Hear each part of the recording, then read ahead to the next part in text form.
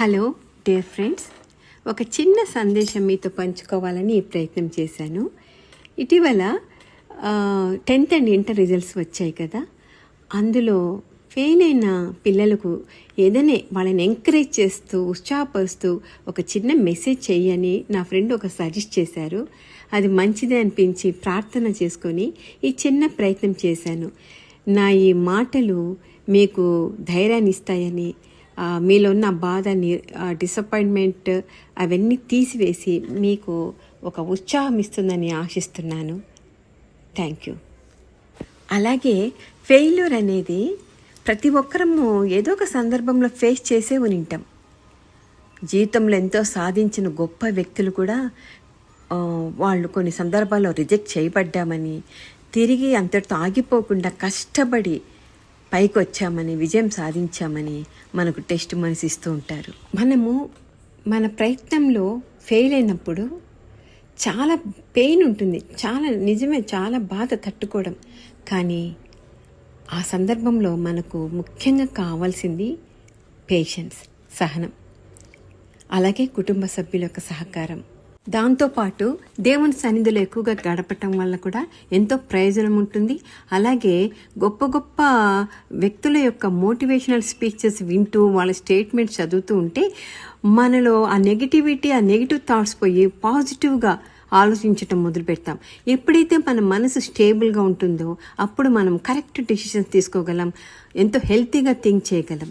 కాబట్టి అయ్యో నేను ఫెయిల్ అయ్యానే అని దిగులు పడకుండా, బాధపడకుండా ముందు అసలు ఎందుకు ఫెయిల్ అయ్యాను అని ఒక టైటిల్ రాసుకోండి. దాని కింద కొన్ని క్వశ్చన్లు వేసుకోవటానికి ట్రై చేయండి. నెంబర్ 1, నా గోల్ నేను సరిగ్గా ఫోకస్ చేయలేదా? నెంబర్ 2, నేను ఎక్కువగా హార్డ్ వర్క్ చేయలేదా? నెంబర్ 3, నేను లైఫ్ను చాలా ఈజీగా తీసుకున్నానా? నెంబర్ 4, నేను నా గోల్ రీచ్ అవ్వలేకపోవటానికి గల కారణం ఏంటి? ఏది నన్ను డిస్టర్బ్ చేస్తోంది అని ఒక పాయింట్స్ రాసుకోండి. ఇలా కొన్ని క్వశ్చన్స్ వేసుకుంటే మీ తప్పేంటో మీకే తెలుస్తుంది, ఎవరు చెప్పనక్కర్లేదు. ఆ తప్పును సరిదిద్దుకోవడానికి మీరు ప్రయత్నించాలి. అప్పుడే మీరు విజయం సాధిస్తారు. దిగులు పడుతూ కూర్చుంటే లాభం లేదు. మీ ఫోకస్ను డిస్టర్బ్ చేసే ఏ అంశమైనా సరే దానికి దూరంగా ఉండండి. మనసు కఠినం చేసుకోవాలి. అదే గోల్ పైన ఫోకస్ చేయడం అంటే ఇది చాలా అవసరము. మీ జీవితానికి ఒక అర్థం, ఒక గౌరవం, ఒక హుందాతనం, ఒక ఇండిపెండెంట్గా స్వయం శక్తితో బ్రతకటం అనేది చదువుతో మాత్రమే సాధ్యం. అలాగే నీ విజయాన్ని ఎక్కువగా ఆశించేది మీ తల్లిదండ్రులే. తమకంటే తమ పిల్లలు గొప్పవాళ్ళగా ఉండాలని ప్రతి తల్లిదండ్రి కోరుకుంటుంటారు. అది సహజం. ఈ సందర్భంలో ఒక చిన్న ఉదాహరణ మీకు ఇస్తున్నాను. మా ఇంట్లో నాకు ఒక హెల్పర్ ఉంది. ఆమె చాలా కష్టజీవి. 4 ఇళ్లలో కష్టపడి పనిచేస్తూ తన పిల్లని చదివిస్తోంది. వాళ్ళ అమ్మ కష్టాన్ని చూసి తను ఎలాగైనా చక్కగా చదివి మంచి స్కోర్ తెచ్చుకొని వాళ్ళ అమ్మని సంతోషపెట్టాలి, జీవితంలో పైకి వెళ్ళాలి అనే ఒక ఉద్దేశంతో కష్టపడి ఈ మధ్య రాసి పాస్ అయింది. చాలా మంచి స్కోర్ తెచ్చుకుంది. ఆ వార్త విని వాళ్ళమ్మ నా దగ్గరికి వచ్చి సంతోషంగా కళ్ళలో నీళ్లు పెట్టి చెప్తున్నప్పుడు నాకు కూడా ఎంతో ఆనందం వేసింది. ఇదే కదా మర్చిపోలేని సంఘటన. అలాగే ఒక గురి, ఒక ఎయిమ్, ఒక లక్ష్యం గురించిన ఒక ఉదాహరణ మీకు ఇవ్వాలనుకుంటున్నాను. మనందరికీ క్రికెట్ మ్యాచ్ తెలుసు.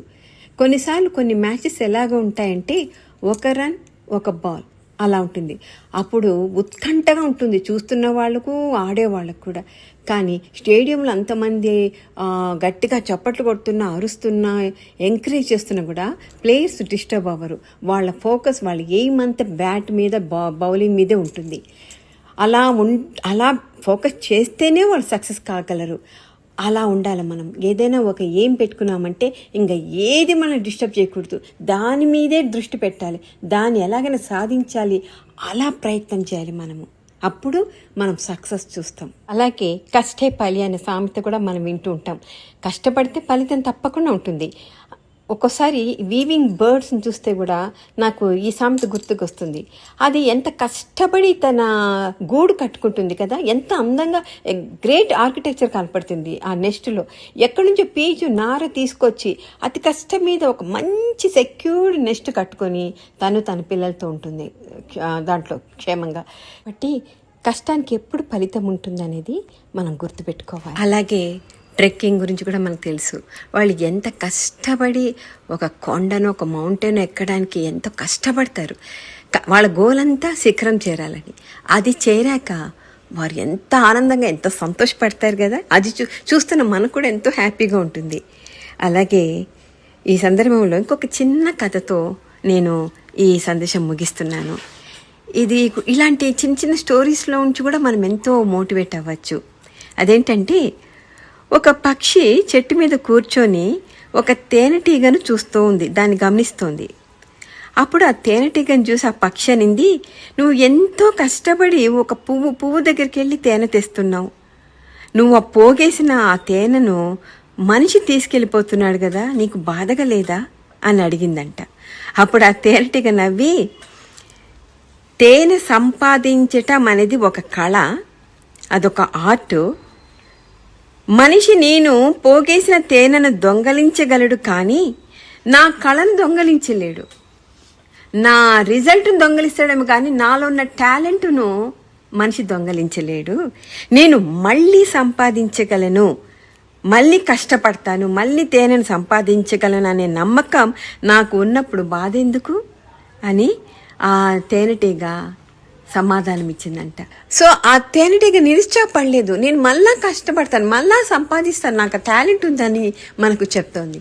కాబట్టి నిరుత్సాహపడద్దు, నువ్వు మళ్ళా కష్టపడు, మనసు పెట్టు, తప్పకుండా ప్రయత్నించు, విజయం సాధిస్తావు. All the best. God bless you.